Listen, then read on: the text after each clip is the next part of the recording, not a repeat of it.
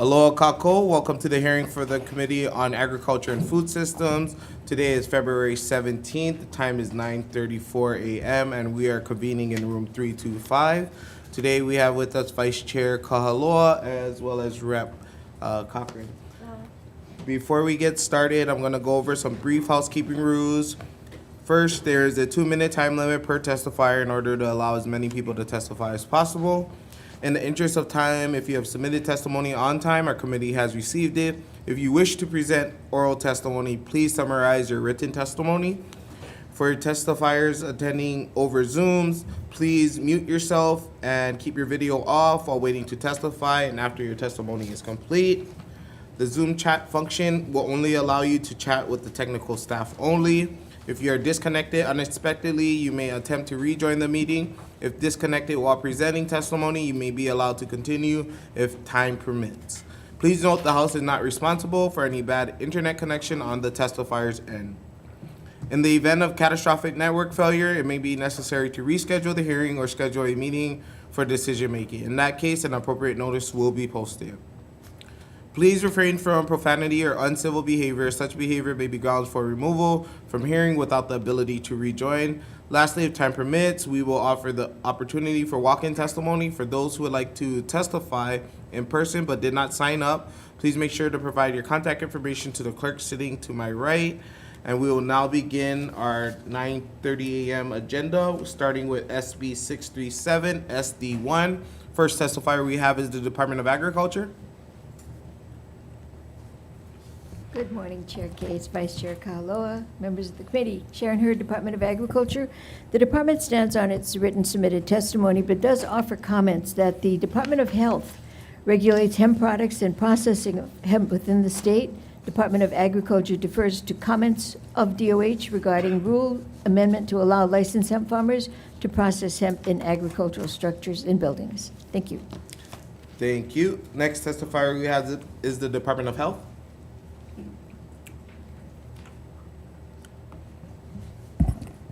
Good morning, Chair Gates, Vice Chair Kahaloa, and members of the committee. My name is Lori Nagatoshi with the Health Department. We sincerely apologize for our late testimony that we submitted. However, we stand on our written testimony. We do support the hemp industry, but we feel that hemp processing should still be in an enclosed facility to process hemp products and to be able to follow GMPs, and that this bill still our hemp farmers still need to register with the health department to be on the registry and still submit additional documents. And I'll be around for any questions. Thank you. Okay. Next testifier we have is Hawai'i Farm Bureau. Thank you, Chair. The Hawai'i Farm Bureau will stand on its written testimony in support. Thank you. Next testifier we have is Hawaii Farmers Union United. Chair, Hawaii Farmers Union stand on its written testimony. Thank you. Next testifier we have is Hawaii Hemp Farmers Association via Zoom. Yeah, aloha. This is Gail Byrne-Baber, President of Hawaii Hemp Farmers Association. Thank you, Chair and Committee. We stand on our comments and hope you will include as part of, we'll amend the bill per our written comments. It was supposed to be amended as it came out of the Senate.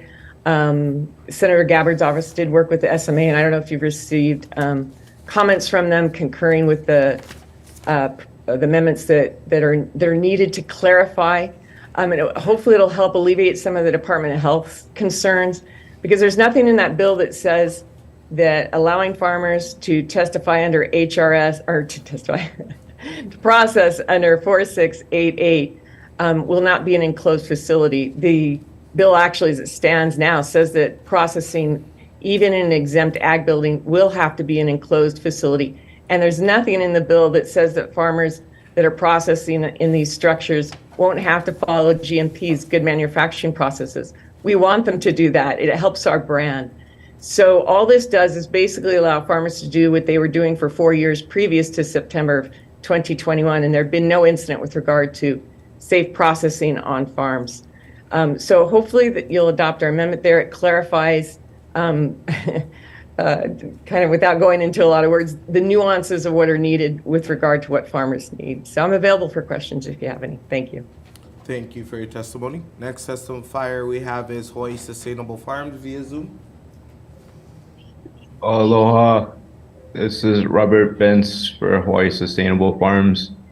In support of this bill, the Department of Health does have regulation over hemp processing, and good management practices will be followed.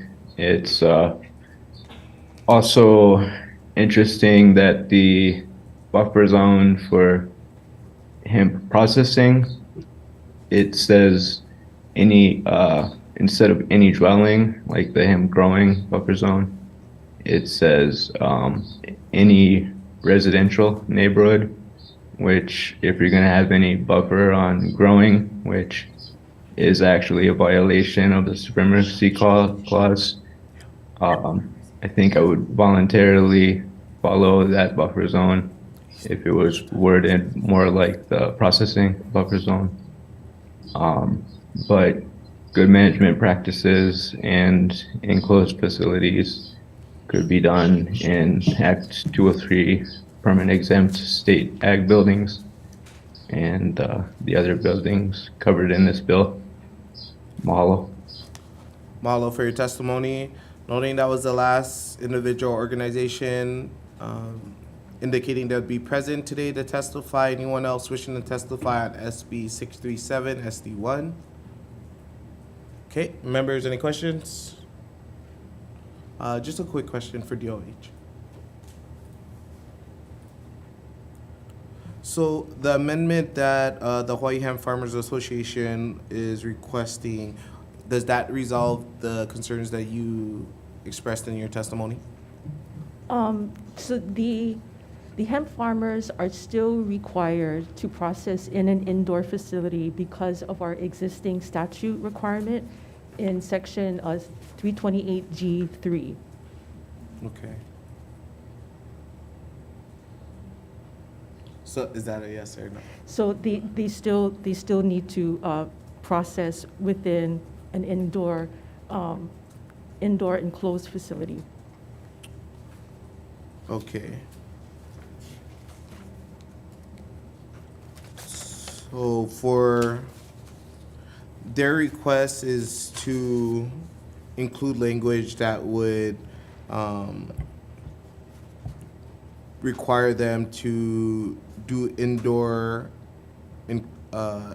processing if it would include gases under pressure such as cold water extraction and documentation of the processing in an enclosed indoor facility.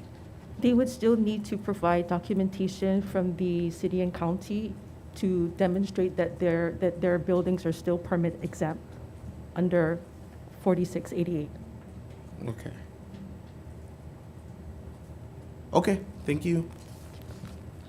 Any other questions, members? Okay, seeing none, we're going to move on to our next measure, SB 516, relating to hemp. First testifier we have is the Department of Agriculture. Chair, Vice Chair, committee members, Chair and her Department of Ag, we stand on our submitted testimony in support. Okay, thank you. Next testifier we have is Department of Health. Good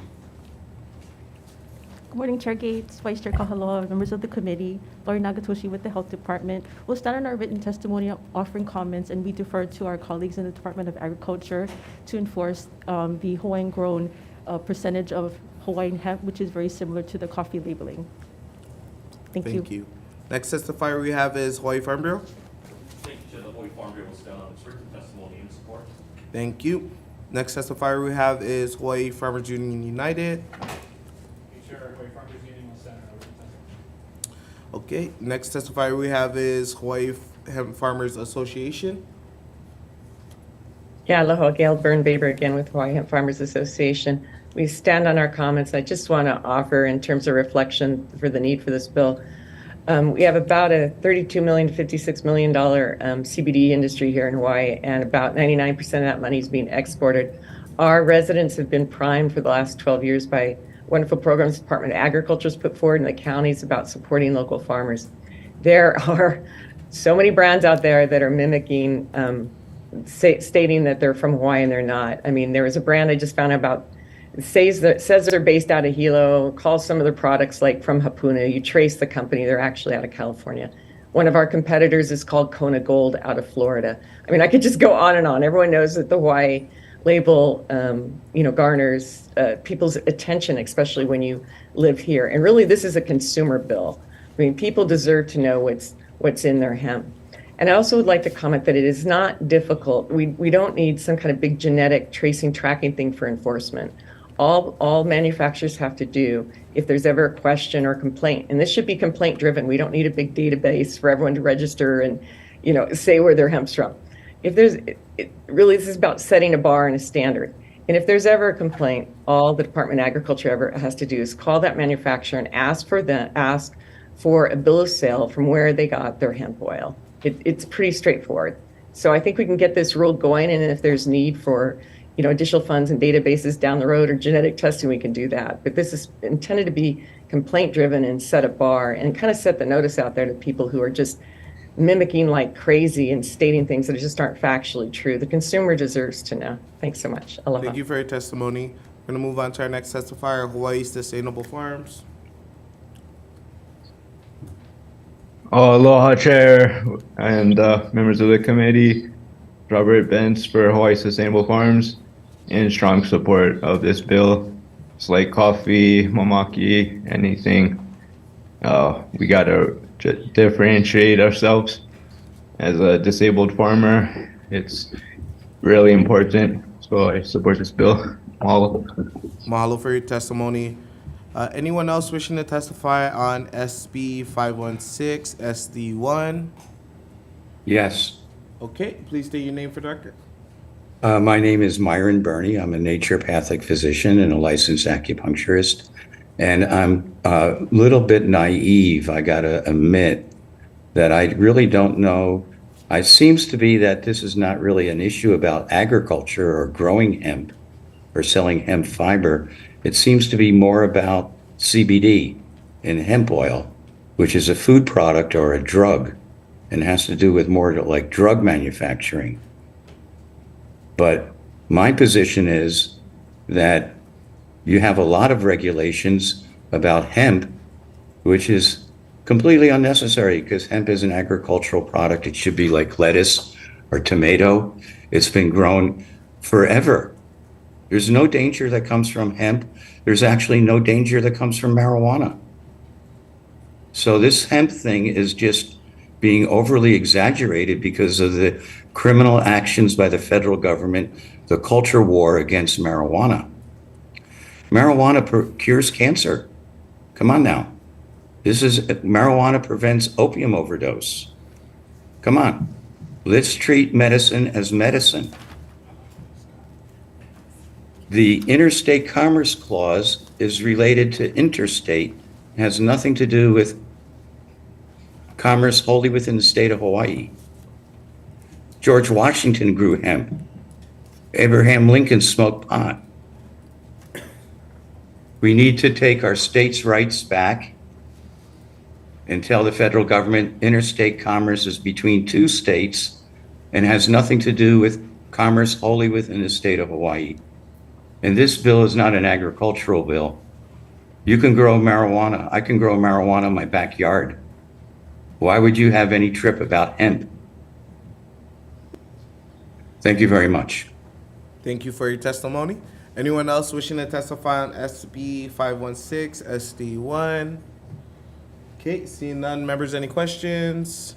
Seeing none, we're going to move on to our next measure, SB 655 SD1. First testifier we have is Department of Agriculture.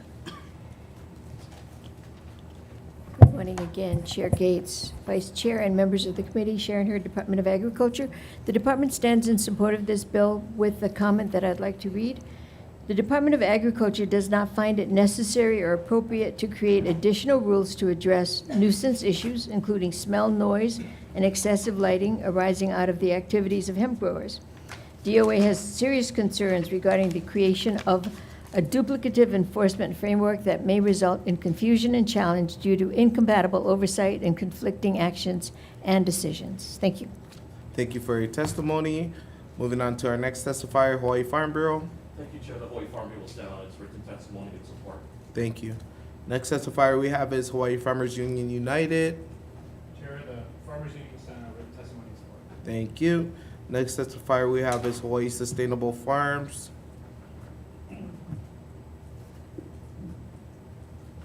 Aloha, Chair. Robert Benz for Hawaii Sustainable Farms. Mahalo to the awesome chair of the department.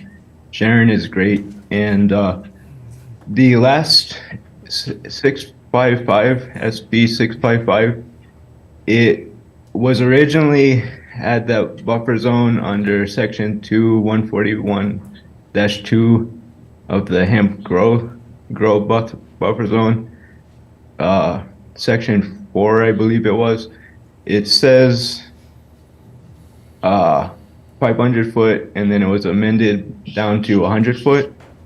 But the last committee, it changed back to 500 foot. So the previous testimony from Department of Ag and the hemp never recommended it being changed, and the committee reports never recommended it being changed. So I'm not sure if it was just changed by mistake. It would be good to get some clarification on that. Also, I've confirmed with USDA, as I'm a USDA licensed grower, they have jurisdiction over the growth of hemp, and they have no buffer zones.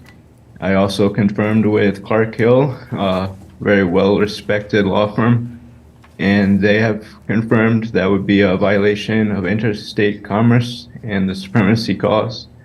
So the entire buffer zone section on the growth, section 4, with any dwelling, 500 foot puts out most of the state's farmers can't produce. So instead of having a lawsuit arise, you should either switch it back to the original 655 where it's 100 foot, and people would probably voluntarily go with that, but it should just be stricken through and removed.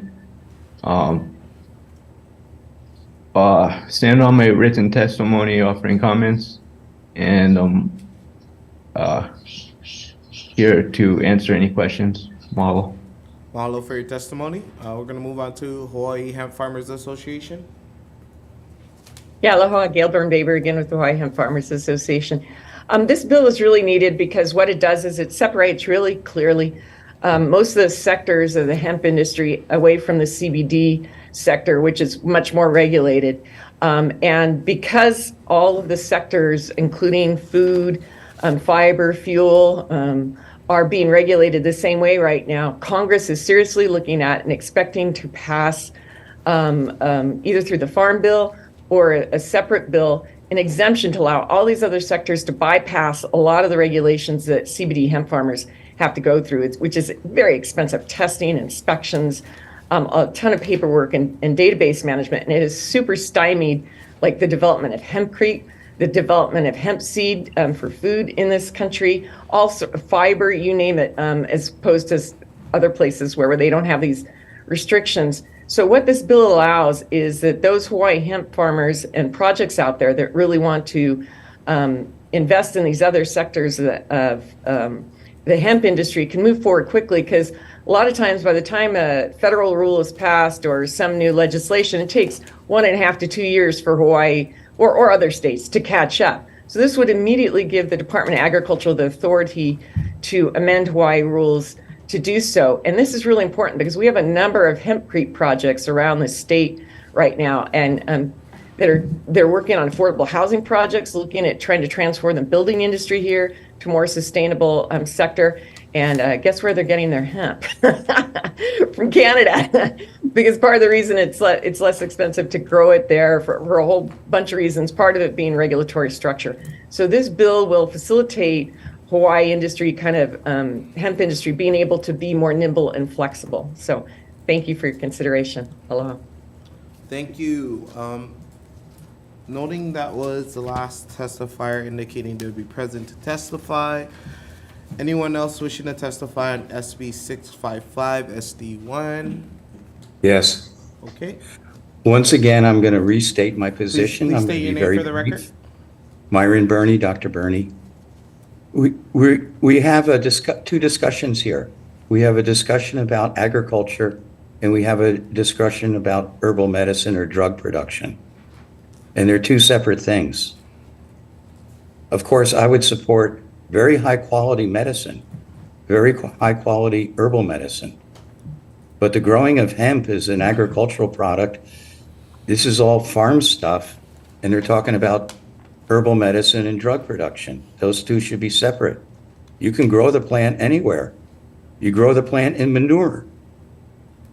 You can grow marijuana anywhere. So this whole thing is ridiculous.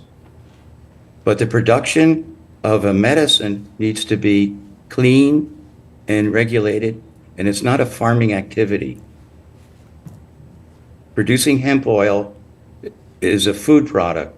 Producing CBD is a medicine.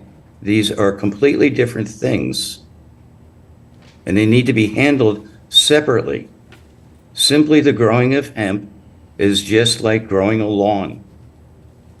There's nothing wrong with the hemp plant. It's not going to jump out and choke you.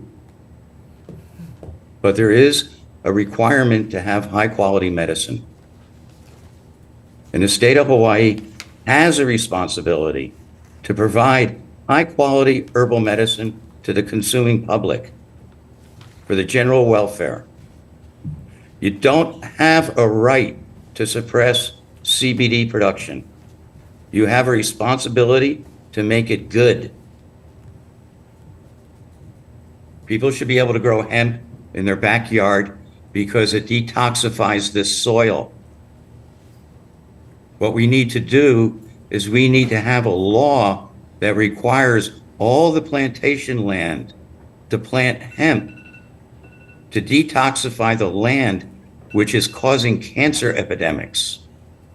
Thank you. Please summarize your testimony. Your 2 minutes are up. Thank you for your time. Growing is growing, medicine is medicine.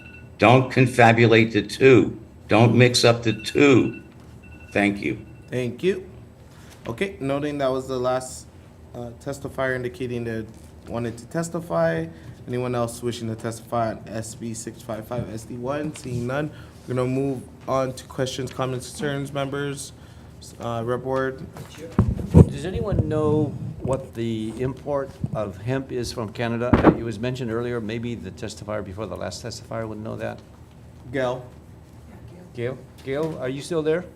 Yeah, aloha. That's a great question. I actually have, I've been talking to the CEO for the U.S. hemp building industry, and we're trying to correlate that number and not for Hawaii, estimate what the building industry could be in Hawaii in terms of using hemp, and then tack that to what's happening right now. So I know of 6 hempcrete projects where they're trying to build houses, even small, like kind of subdivision things, using hempcrete. They've purchased the land. They're, looking at moving forward, but they're importing, like I said, everything from Canada. I think one place is importing from somewhere in the Midwest. I think So your you question don't was have any how much numbers. hemp is being imported from Canada.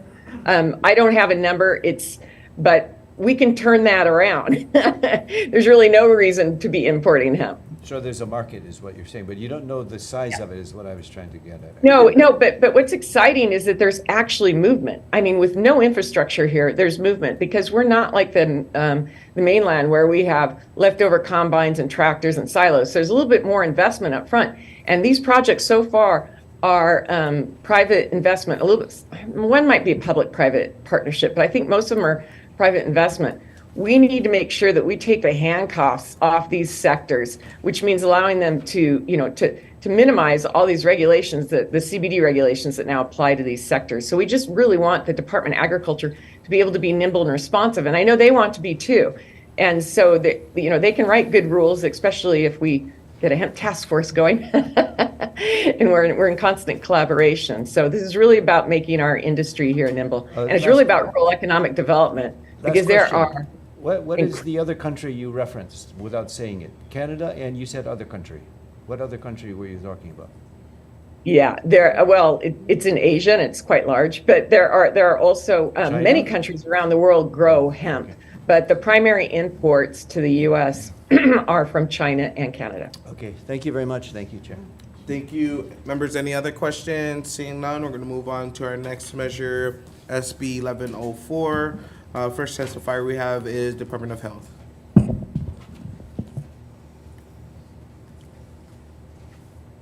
Good morning, Chair, Vice Chair, members of the committee. Michelle Nakata, on behalf of Director, Department of Health, Dr. Kenny Fink. The department stands on its written testimony, and I am available for any questions. Thank you. Thank you. Next testifier we have is Myron Burney. Hi, thank you very much. And basically, I'm saying the same thing in this testimony as I've said earlier, in that I don't even understand what you folks are afraid of. Why would you need to regulate hemp production? What you need to do is separate out fiber and hempcrete and all these non-food products from the food products. Hemp seed is very healthy. It's healthy like fish oil. It's anti-inflammatory. It was the first food ever grown by man. It started the agricultural revolution. Hemp leaf, according to published scientific studies, will block the spike protein and prevent infection by COVID, by SARS-2, and will treat COVID successfully. This is the hemp leaf. So if you're going to make a medicine, you need to have regulations on medicine. If you're going to grow fiber, you don't need to be afraid of the plant as a fiber product, which is going to detoxify the heavily poisoned agricultural land. You're just wasting government money, government time over a paranoia that doesn't relate to agriculture. What the hell is the Department of Health dealing with agricultural products for? What they need to deal with is the pesticides. Hemp will detoxify the land. Thank you very much. Thank you. Let's try to follow the Constitution is the essence of my testimony, that interstate commerce does not affect commerce wholly within the state of Hawaii by law. Thank you for your testimony. Anyone else wishing to testify on SB 1104, SD1? Okay, seeing none. Members, any questions? Chair. Rep. Ward. Department of Health, do you have any numbers on the size of the cannabis market? Roughly estimated mini-max? Outside of the licensed Well, legal no, market? Let's do the licensed one. I don't have the You don't figures have the right number. off the top of my Trying head. to but see what seems to be either rumors or facts and what's come out of Colorado and California, that of all the users, even the medical card carrier, the medical marijuana card carriers, 75–80% are going to the black market. Does that sound reasonable or an overestimate or whatever, because of the cost, number one, and number two, the regulations that kind of makes it difficult? Right, we have not done an assessment of our entire system yet in Hawaii. We have one in process. The legislature did provide us with funding last year in 2022 to do an assessment of our licensed system and to encompass the portion of the market that is unlicensed. But we have not implemented that study yet. We're in the process of doing an RFP for it. And it is funded now to do that assessment? Because if it's true, if the black market is that big, and we're talking about recreational marijuana from the Senate side, I mean, we got a real difficult proposition on our hands. Okay, I look forward Oh to yeah, the black market is much Well, bigger. please voice do not from comment nowhere. unless you're requested to. Thank you. Okay, thank you, Madam. Aloha. Thank you, Chair. Okay, any other questions, comments, concerns? Seeing none, we're gonna move on to our next measure, SB 886 SD1. First testifier we have is Department of Ag. Chair, Vice Chair, members of the committee, the department stands in support of this measure. It is long overdue. Thank you very much. Thank you. Next testifier we have is Office of Planning and Sustainable Development. Top of the morning to you, Chair, Vice Chair, members of the committee. Happy St. Patrick's Day. My name is Danielle Bass. I'm the State of Hawaii Sustainability Coordinator with the Office of Planning and Sustainable Development. We're here to stand on our testimony in support of this measure, and I'm available for questions. Mahalo. Mahalo. Next testifier we have is Hawaii Farm Bureau.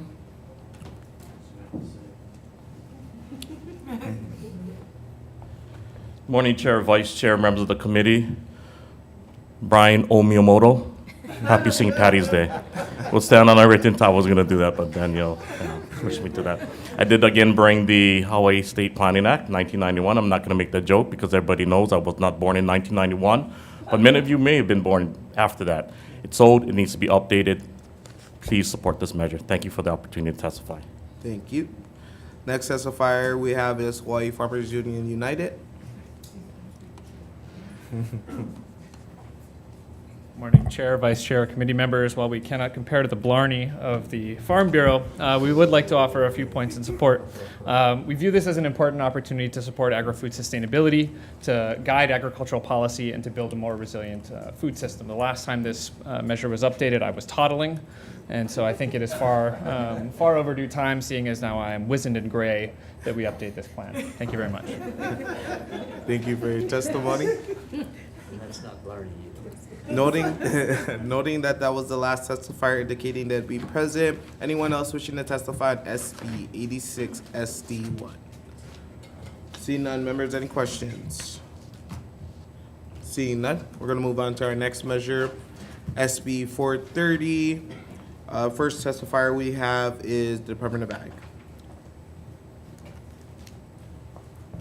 Morning, Chair, Vice Chair, members of the committee. Sharon Hurd, Department of Agriculture. The department supports this bill with a comment that I will read.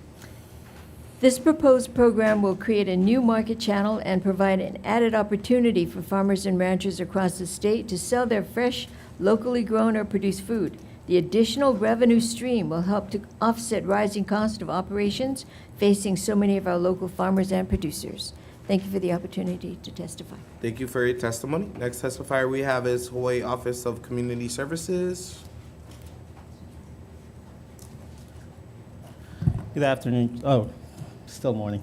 Good morning, Chair and Vice Chair and members of this committee. Giovanni Dela Cruz, the Executive Director of the Office of Community Services. We have submitted our written testimony in support of this measure. I would just like to also add and thank the sponsor of the bill for the confidence of choosing the Office of Community Services to administer the program should it pass.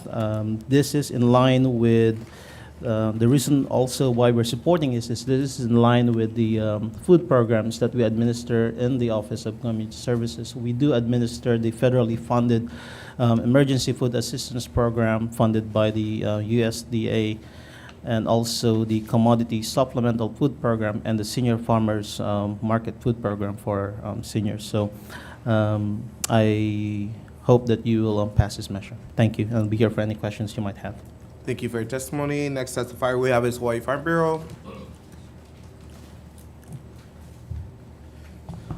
Thank you, Chair, Vice Chair, members of the committee. Brian Miyamoto here on behalf of the Hawaii Farm Bureau. You've heard us. We stand in strong support. You've heard us come before this body talking about the good work that our food banks and other community feeding programs do. They came to our rescue. They helped farmers and ranchers during the pandemic to help our neighbors in need. And some of those programs are continuing where they continue to buy. And as you heard the Director of Agriculture say, it opens up a new market for our farmers and ranchers.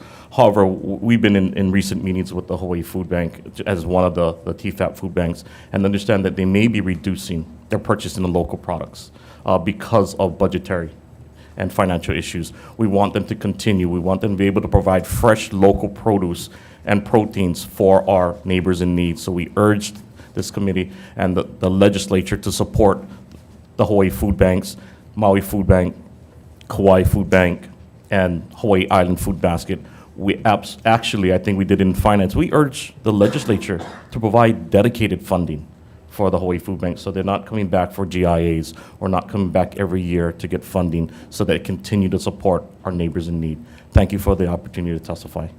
Thank you for your testimony. Moving on to our next testifier, Hawaii Farmers Union United. Thank you, Chair. Vice Chair, members of the committee, Hunter Hevelin on behalf of Hawaii Farmers Union United. We'll stand on our written testimony in support of this measure. We view it as an important opportunity to promote food security, support local agriculture, and encourage sustainable farming practices by providing an avenue for what might otherwise end up as food waste in some cases. Fresh fare is one of the most frequently requested items at food pantries across the state, and in parallel to the efforts that OCS and the food banks have been working on, we've been also pursuing an assessment to understand what the bottlenecks are to increase opportunities, not just for access to those foods, but to ensure that they have good cold chain storage. And so this is really a bill that complements many existing processes underway. Have previously in the state secured federal funding to the tune of around $30,000, which is to say far less than would be needed to really ensure that farm to food bank programs can expand. And so we view this as an important mechanism to provide critical funding, especially as food banks and families across the state are facing a fiscal cliff as the rollback of pandemic type supports is currently underway. So please support this measure. Happy to answer any questions. Thank you. Thank you. Next testifier we have is the Hawaii Public Health Institute.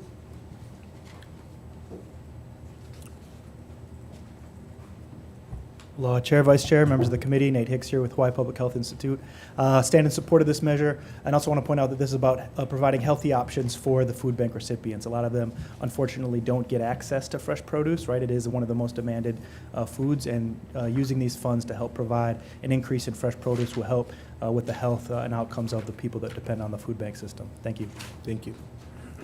Noting that was the last testifier indicating they'll be present. Anyone else wishing to testify? SB 430 SD2. Okay, seeing none members, any questions? Report. Thank you, Chair. Office of Community Services, please.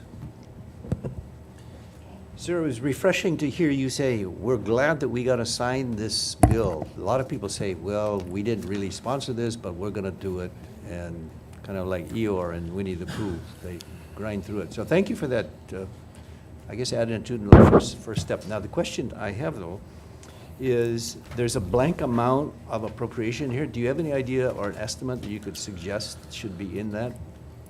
How dire is it? What is the amount now that the banks have, and how much do they need that this will fill a gap for? I could only, thank you, Representative, for the question. I can only speak for the program that we have, which is the Emergency Food Assistance Program.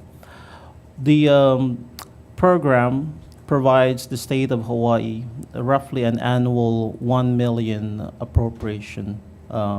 It's called food commodity allowance per state. So that gives the state of Hawaii a buying power to purchase USDA surplus mainland food that will be then delivered to the food bank that they will then distribute to low-income individuals. And the program provides roughly about $300,000 annually in administrative funding. What we see, though, Rep, is that the amount of, or the level of annual funding, the buying power of the state, remains to be constant. But what causes the decrease in the amount of food that we can purchase is because of the increase in prices in commodities. We're talking about local, not mainland, though, right? This is produce. no, this is a mainland. But this bill is for local farmers. Yes. So that's the reason why one of the sort of a criticism on this federally funded program is that we are only able to use it for mainland food. What about the local farmers? So how much do we need for the local farmers is the puka in this bill? I would like to say if we want to follow the pattern of the emergency food assistance, maybe no less than 1 million representative annually. Okay, good. I just wanted to find that out. Thank you very much. Thank you. Thank you. Anyone else have any questions, comments, concerns? Seeing none, we're going to move on to our next measure, SB 511, SD1, relating to agriculture. First testifier we have is Department of Agriculture. Good morning, Chair, Vice Chair, members of the committee. Sharon Hurd, Department of Agriculture. We offer a comment, which I will read. We believe a better legislative vehicle to accomplish the same task is found in House Bill number 313 HD1, which requires the University of Hawaii to establish a similarly configured pilot program at a community college of their choice. Thank you. Thank you. Next testifier we have is Hawaii Farm Bureau.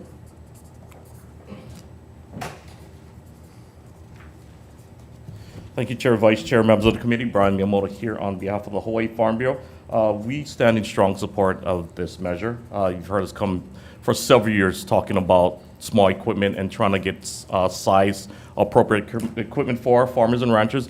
Again, the bill does reference Japan, but we do seek to look at India, Italy, Netherlands, New Zealand, and Europe, among others. Again, what we're just trying to do is just find the right equipment. And we think, as we stated before, it has some nexus with project in Hilo with the foreign trade zone, with the proposed Tropical Ag Tech and Food Tech Hub, which I think they've been coming around meeting with you through DBED. So we think there's some synergy there. Again, we just want to make sure that our farmers have the right equipment, that it's more efficient. Again, you've heard us talk about the lack of labor, so we think this bill will help with our farmers, again, entering into the 21st century as far as technology is concerned. Thank you for the opportunity to testify. Thank you for your testimony. Noting that was the last testifier indicating they would be present. Anyone else wishing to testify on SB 511 SD1? Okay, seeing none. Members, any questions, comments, concerns? Red board. Department of Agriculture. Why do you prefer the other bill? Is it because it mentions India? No, because it actually provides training. Oh, okay, all right. It Because they make mentions the it. best and the cheapest in the world. This is the East-West Center speaking now from my experience. And if we don't have it in there, I think the Farm Bureau mentioned it, but they didn't have it in their testimony. So, but the other one is because of training, you said? They actually train a workforce to retrofit the equipment and provide this type of ongoing. It's not just the outer shell, but the entire. That would be invaluable then Yeah. for. And this kind it of thing. assigns it to a community college, and perhaps Brian has some corrections to this, but that's the way we understand it, is that the other bill, 313, provides the workforce development. So House bills are always better than the Senate bills, right? Ah. Oh, sorry, I didn't I'm mean to sorry, say. didn't say that. Thank you very much. Thank you, Chair. Thank you. Members, any further questions, comments, concerns? Seeing none, we're going to move on to our next measure, SB 1588, SD2, relating to food safety. First testifier we have is Department of Ag. Chair, Vice Chair, members of the committee, Sharon Hurd, Department of Agriculture. We support this bill, pointing out that if it's like the hen house and the fox in the hen house type of thing, where if we provide the auditing and you combine that with the training, it's kind of in conflict, so we'd like to separate the two. We're happy to do the auditing. If we provide the training as well, it would be a conflict, we believe. Thank you. Thank you. Next testifier we have is University of Hawaii. Aloha. Good morning, Chairman Gates and Vice Chair Kahaloa. Thank you for this opportunity. My name is Walter Boyne. I'm Associate Dean of Research in CTAR. I'm here on behalf of our interim Dean, Anya Visarek. And we'd just like to say that we stand on our written testimony in support, and I'm here available for questions. Thank you for your testimony. Moving on to our next testifier, DOE.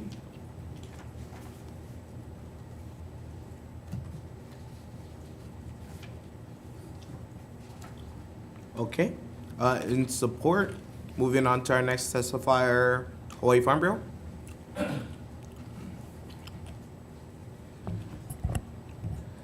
Thank you, Chair, Vice Chair, members of the committee. Brian Miyamoto here on behalf of the Hawaii Farm Bureau. You have a written testimony in support. We have testified on the House Bill HB 1350, which this committee did pass, so I won't restate what our position is on food safety. We all know how important it is. We want more farm to school. We want food hubs. I just want to bring up some numbers. Currently, I believe in Hawaii, there's for USDA GAP, What this bill is addressing, about 19 farms, our smaller farms. That's what we're trying to help, our smaller farms who maybe don't have the resources to become food safety certified, so they're not able to enter a lot of the markets that we want, i.e. farm to school. Primus, which is a private third-party farm, about 25 to 30 farms. Why did I bring it up? Primus is third party. They're a lot more expensive. There are larger farms. So again, we are not assisting our smaller farms. We need more, so we have more larger farms that are food safety certified than smaller farms. This will go a long way. We're asking for the $1 million at the very least for this program so that Kevin Kelly and his group can help our small farmers get food safety certified, get access to more markets, help us achieve our 30% farm to school goal by 2030. So we urge the committee to pass this and to, at least in the committee report, if it's not there, to have the appropriation of $1 million, which has been requested. Thank you for the opportunity to testify. Thank you for your testimony. Moving on to our next testifier, North Shore EVP. Top of the morning to you, Chair Gates, Representative Kahaloa. I am Kevin Kelly. I'm actually Irish, and I will be passing on the reign of Irishman of the Year to the 2023 winner later today at the parade. It's a pleasure to be here. You know, in addition to you have my testimony, and it's no different from the bill that was passed through this committee earlier this year. But you know, in addition to the 19 farms that Brian mentioned from the Farm Bureau, for the first time ever this year, we had to turn farms away. We just do not have the staff to continue to grow the program and live off grant money. And speaking of grant money, we just recently won last fall a $200,000 food safety outreach award. And with that money, we're going out and attracting new farms. And we now have a wait list of farms ready to get food safety certified. In the meantime, we've been working to provide incentives to hook those farms into the supply chain. For example, Hawaii Food Service Alliance will now provide free neighbor island shipping to all Group GAP farms. And just yesterday, I was able to reduce the cost of the record-keeping software we use. Patrick Zelaya, the president of Heavy Connect, has agreed to let all of our Group GAP farmers use their smartphone data collection app for free. Data collection is important. It is the single most common point of failure when farmers are trying to attain food safety certification. In closing, I want to say that we are delighted that this bill has progressed so far. We're looking forward to continuing to work with HDOA and CTAR to implement food safety and get more and more Hawaii farmers food safety certified. Thank you. Thank you for your testimony. Moving on to our next testifier, Hawaii Food Industry Association. Okay, in support, noting that was the last testifier indicating they'd be present. Anyone else wishing to testify on SB 1588 SD2? Okay. Members, any questions, comments, concerns? Vice Chair? For Chair Hurd, please. Noting the comments of you and others related to, you know, certification versus, you know, training. Do we need to adjust or amend anything in the bill, or that can be done just via department as we move this forward? Because there are a couple comments in other testimonies besides yours about delineation or separating that out. Is that just execution, or do we need to make any adjustments in the bill? I think the relationships that the department has with the university and North Shore EVP will adjust itself. We would certainly not jeopardize the training or the certification process. We can fix it ourselves. Thank you. Thank you. Thank you. Members, any other further questions, comments, concerns? Seeing none, we're going to move on to our next bill, SB 520, SD2. First testifier we have is Department of Ag.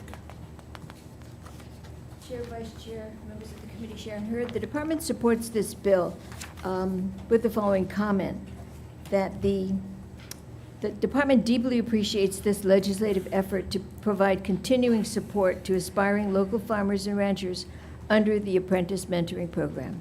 Very important. Thank you. Thank you. Next testifier we have is University of Hawaii.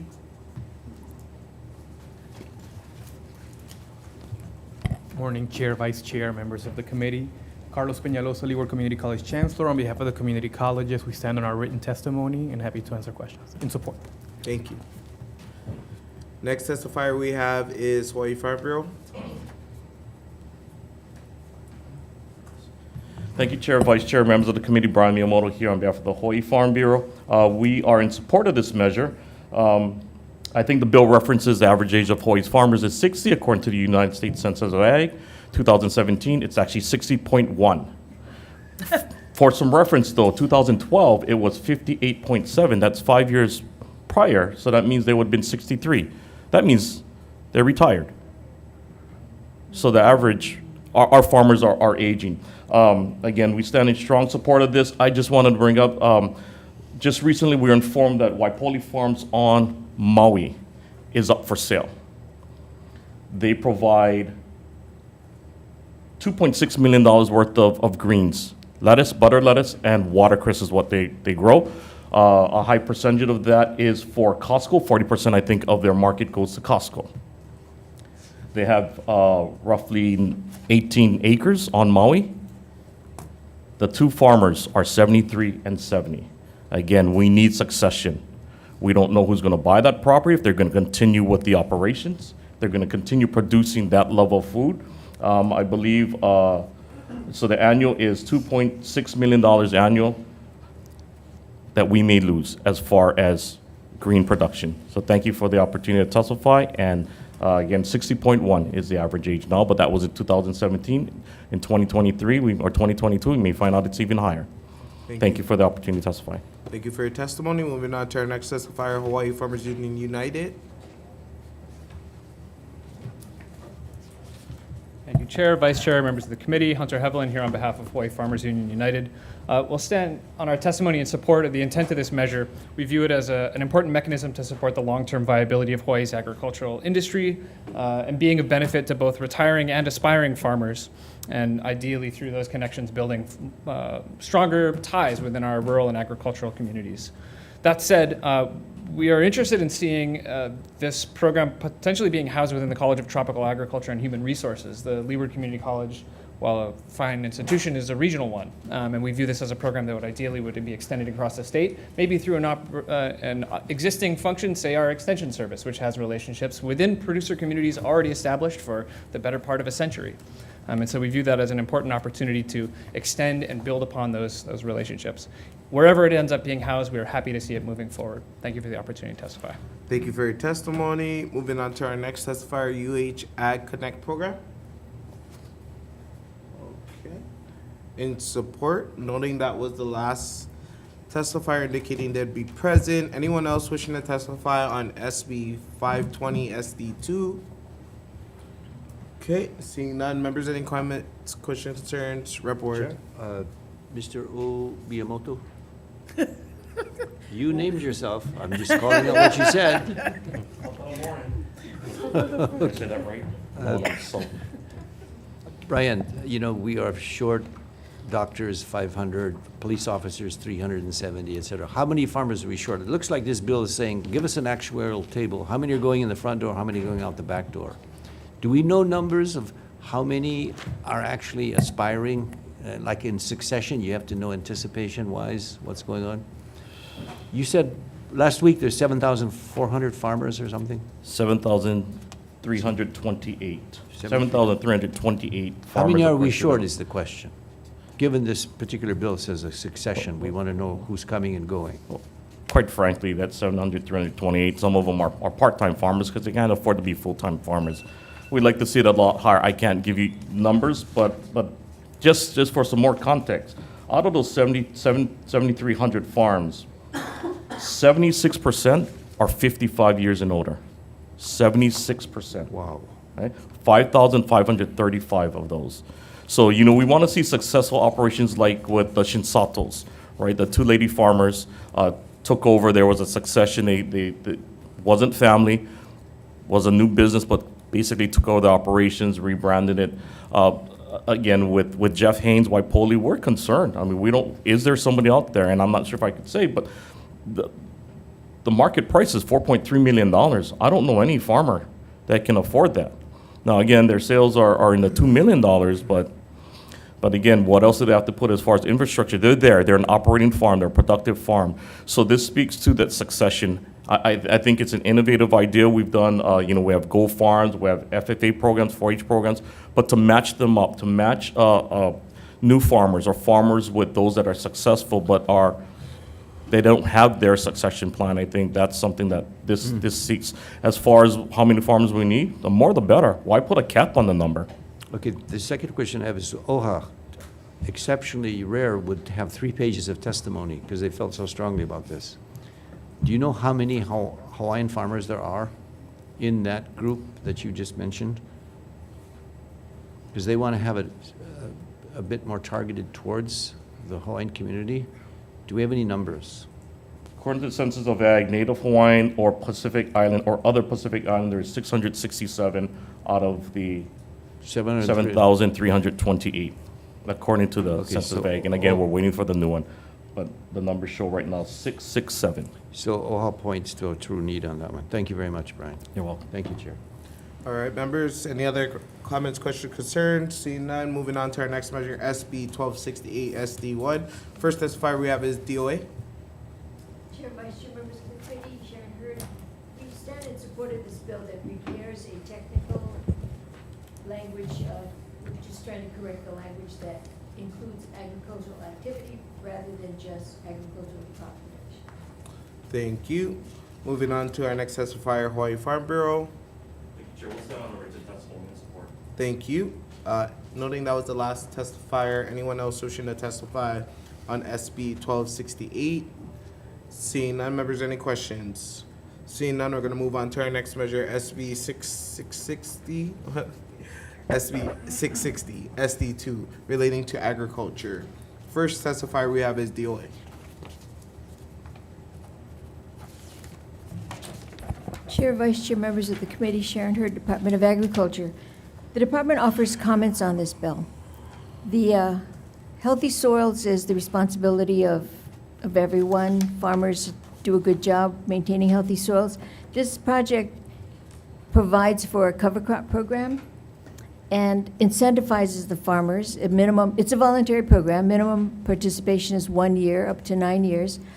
Our comment is that while the soil is being remediated with cover cropping, the farmer should not be only incentivized, but they should also be paid the loss, whatever revenue they would have been able to generate from the soil while it's being remediated. As we know that the department is interested in commercial production, this should encourage farmers to do so, but also reimburse them for the amount of money they would have been able to produce on the land that's being remediated. I hope I said that correctly. Thank you. Thank you. Next testifier we have is the Attorney General.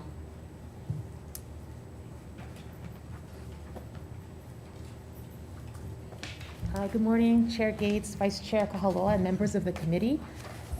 Deputy Attorney General Jennifer Waihe'i Polk, on behalf of the Department of the Attorney General.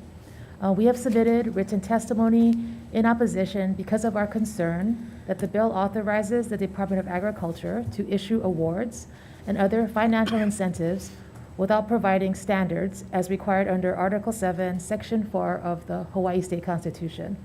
So our testimony includes references to examples of standards under existing grant statutes, as well as we also have provided draft standards that the committee, if it wishes, may insert as subparagraphs under paragraph 6 on page 2, line 20. And I am available for any questions. Thank you for your testimony. Moving on to our next testifier we have is Crop Life America. Okay. In opposition, next testifier we have is Hawaii Farmers Union United.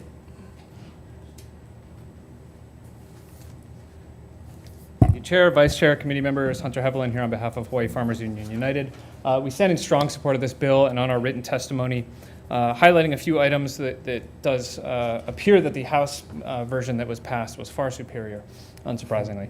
And so we would ask that the amendments in that bill are adopted in this one. It is in our written testimony. We would also ask that the grant-related language provided or noted in the testimony of the Attorney General's office also be included. And while we support the winding down of the use of synthetic fertilizers, we are concerned about that portion of the bill, possibly making it unpalatable to, say, future committees.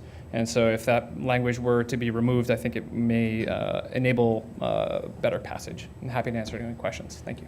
Thank you for your testimony. Next testifier we have is Synergistic Hawaii Agriculture Council. Okay, in support. Next testifier we have is Robert Bentz. Okay, in support.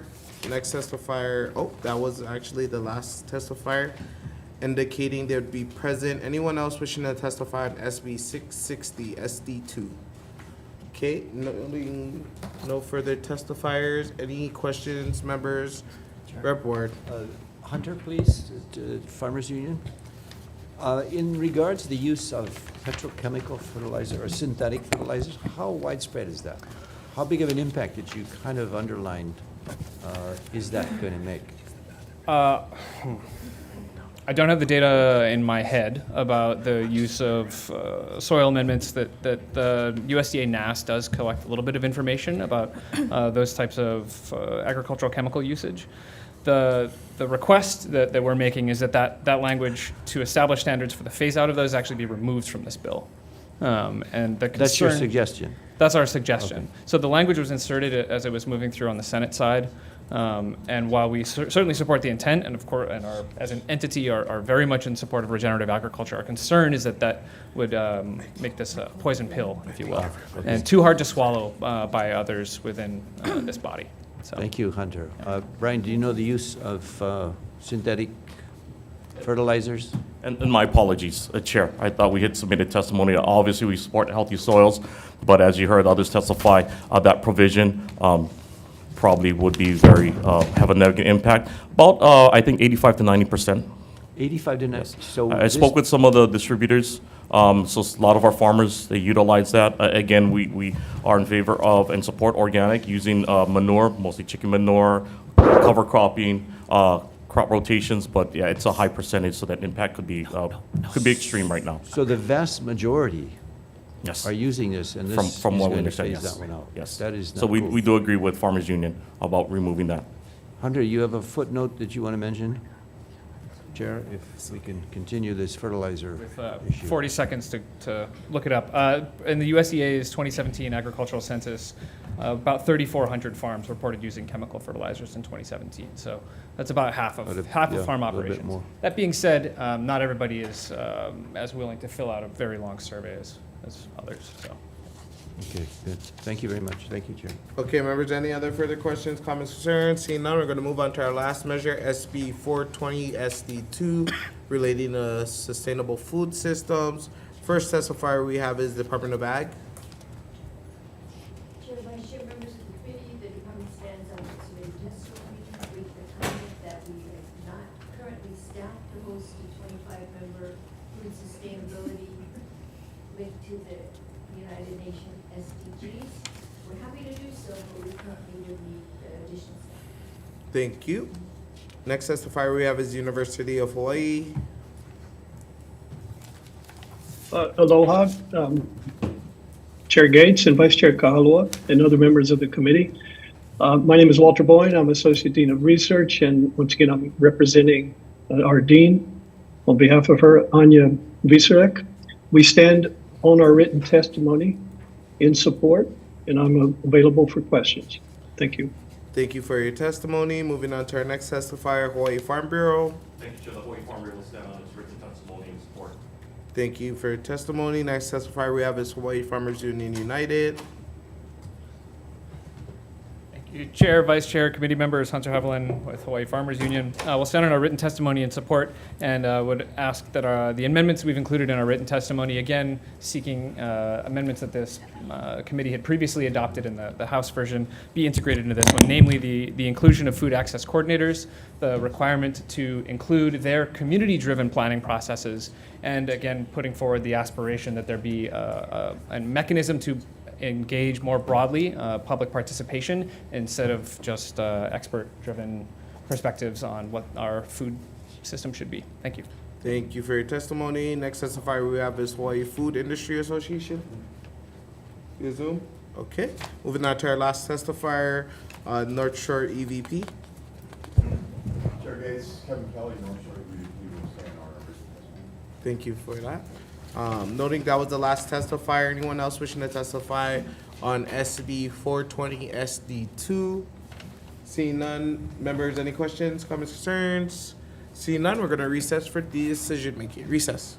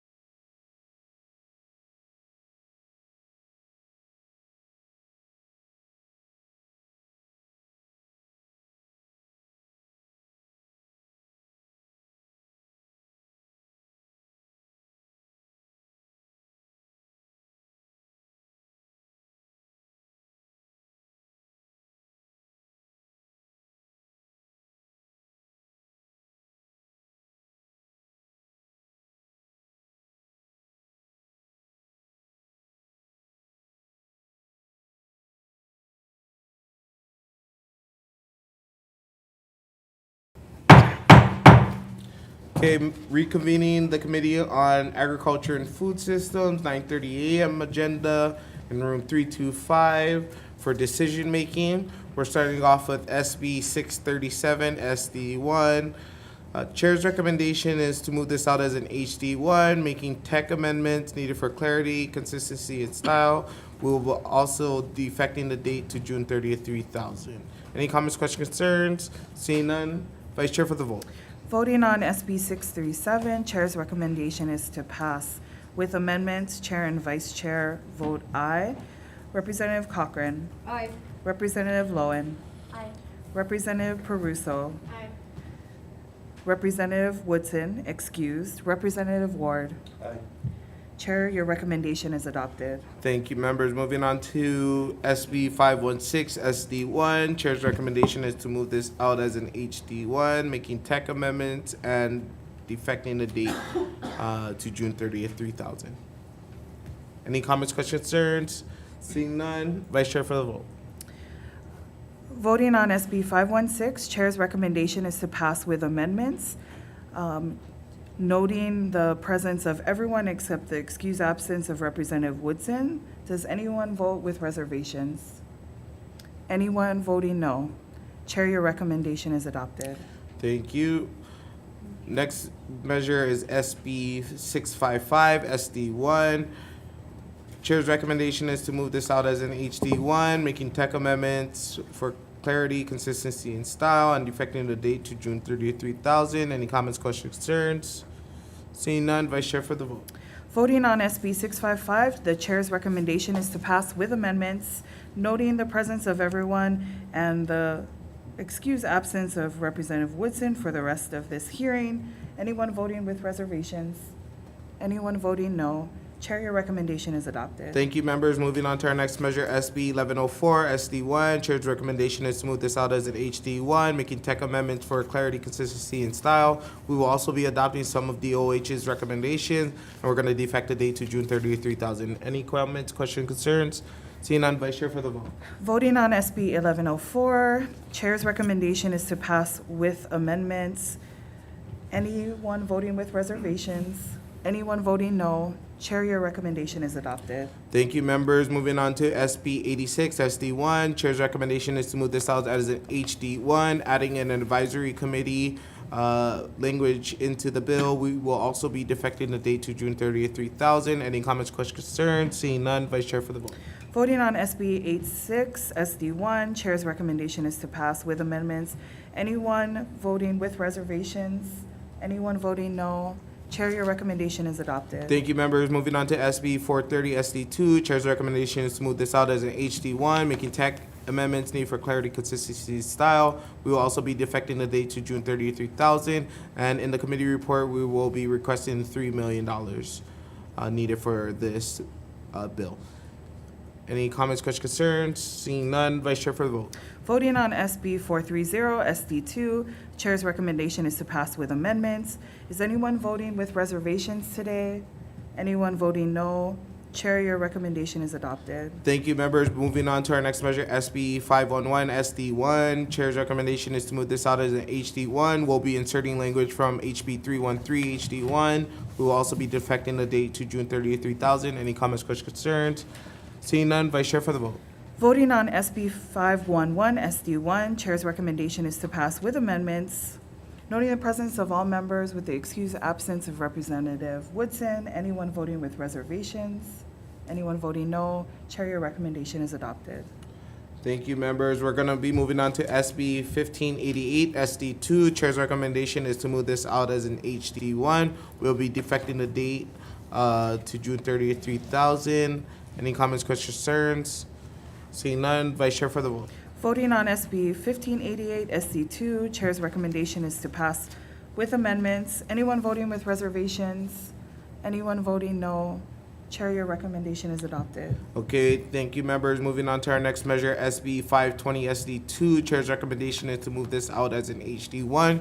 We'll add language that our Leeward Community College program will be working in collaboration with CTAR. We will be also taking some of OHA's amendments and defecting the date to June 30th, 3000. Any comments, questions, concerns? Seeing none, Vice Chair for the vote. Voting on SB 520 SD2, Chair's recommendation is to pass with amendments. Anyone voting with reservations? Anyone voting no? Chair, your recommendation is adopted. Thank you. Moving on to SB 1268 SD1. Chair's recommendation is to move this out as an HD1, defecting the date to June 30th, 3000. Any comments, questions, concerns? Seeing none. Vice Chair for the vote.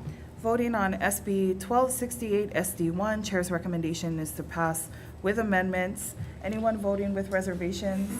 Anyone voting no? Chair, your recommendation is adopted. Thank you, members. Moving on to SB 660 SD2. Chair's recommendation is to move this out as an HD1.